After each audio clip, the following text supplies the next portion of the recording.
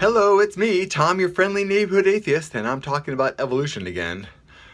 Someone online is throwing at me the whole micro versus macro evolution and trying to play it off as if they are two different things.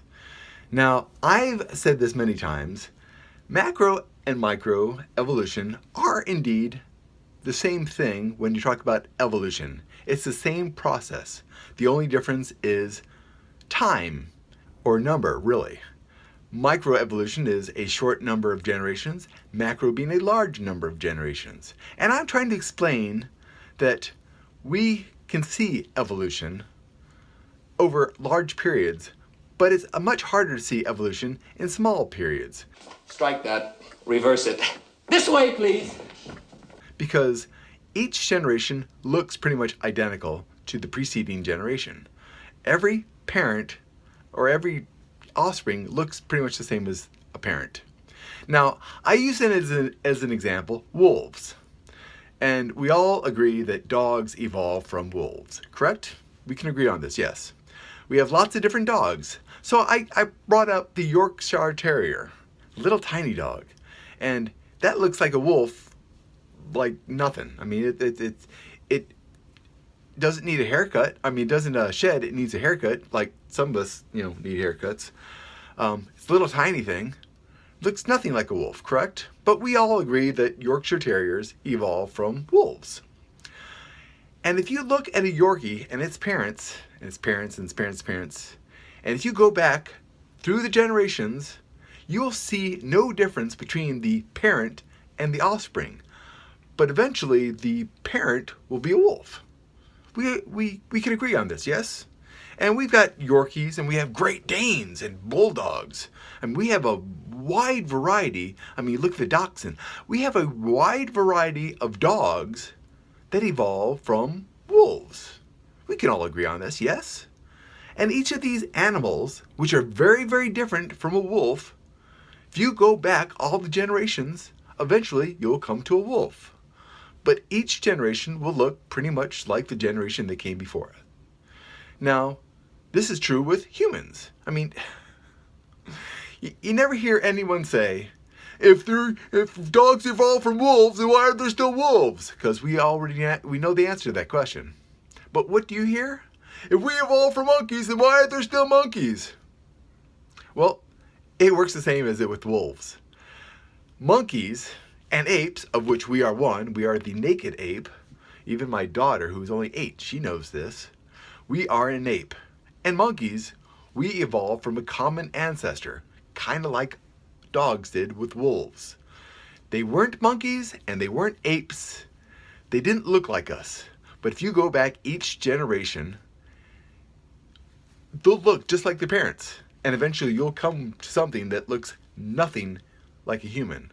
And nothing like an ape, and not much like a monkey. Actually, probably did look like an ape, but looks very much different. That's how evolution works. Each generation is just slightly different than the generation before it. And we only see evolution when we make leaps from humans to apes to, Neanderthal. Neanderthal is another ancestor of the same thing that apes came from. They are our cousins. We did not come from Neanderthal. They came from the same source that we, humans, and chimpanzees, and bonobos, and gorillas, and orangutans came from. We all came from a common ancestor. In fact, there were lots of different humanoid types. We just happened to be the one that survived. And that's how evolution works. Some paths have dead ends and others keep on going. If you look at wolves to dogs, there's lots of breeds of dogs that no longer exist because they stopped. Well, they didn't succeed. Either nobody wanted them or they just, health reasons, for whatever reason, they stopped existing. And those breeds are gone. Just like there's different breeds of mankind that are gone. That's how evolution works. Macroevolution is just taking that simple idea and expanding it over millions of years. Now, we all agree that dogs evolved from wolves over thousands of years, but most dog breeds are only a few hundred years old. Evolution can work very quickly or it can work very slowly. It works over a few generations, and it works over thousands upon thousands of generations. Sharks did not evolve much because their conditions are still very conducive to their lifestyle. Same is true for crocodiles. Though we have crocodiles and we have alligators. That tells you that they had a common ancestor. They evolved from something that wasn't a crocodile or an alligator. And we have lots of different kinds of crocodiles. There's a lot of different kinds of animals that we classify as crocodiles. I think only one is called an alligator. But they all evolved from a common ancestor. That's how we get variation. Now, just because we do not look, or I should say dogs don't look that much different than wolves. They do. I mean, let's go back to the Yorkie. A Yorkie gets a haircut. It doesn't shed. That's an evolutionary trait that is dramatically different than a wolf.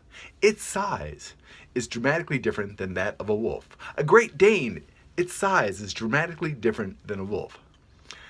We see the commonality because we know where they came from. We see the commonality in many other animals. We see the commonality in animals that evolved into whales.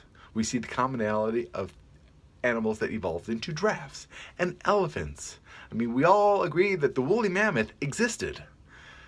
It did not, I'm not sure if it existed at the same time as modern elephants, but obviously there were different types of elephants that all had a common ancestor. They all changed. Sometimes it's so dramatic that we cannot see the connection between what it is now versus what it was 5,000 generations ago. That's how evolution works. It's a very small change between generations.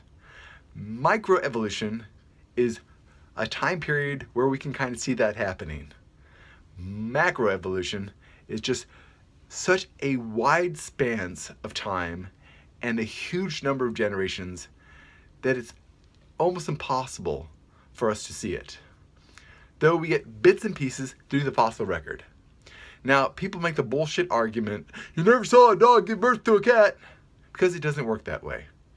We all should understand that each generation looks like its parent. But if you go back far enough, the earliest generations look nothing like the modern generation, because that's how evolution works. Little changes over many generations over a long span of time. It's so simple. I don't understand why people refuse to believe it or accept it. And they insist on making bullshit comparisons of microevolution versus macroevolution and saying stupid, idiotic things like, no animal gave birth to a different kind of animal. Yes, we know this.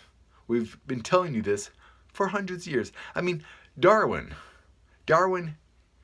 and it wasn't even his idea. I mean, he kind of finalized it, and he's the one who published it. But lots of people understood biological evolution. He wrote the book. So we all kind of attribute it to him.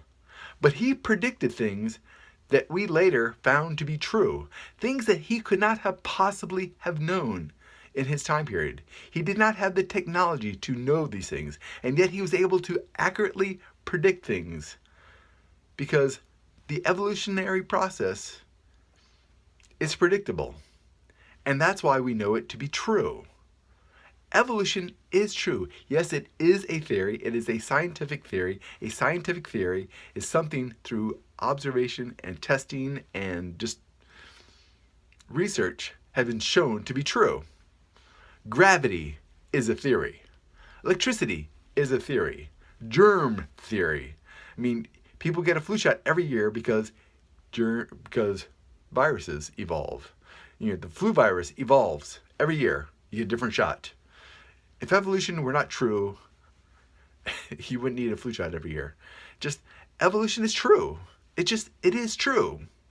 It is not a theory like, I think it might be a possibility. evolution is a scientific theory. It is true. Anyways, I hate to harp on this, but I really wish people would understand. I've explained it very nicely to people, and they're like, it's not true. I'm like, yes, it is true. Get over it. Grow the fuck up. Anyways, I'm Tom, your friendly neighborhood atheist, and that's my 2 cents on evolution today. I'll catch you next time.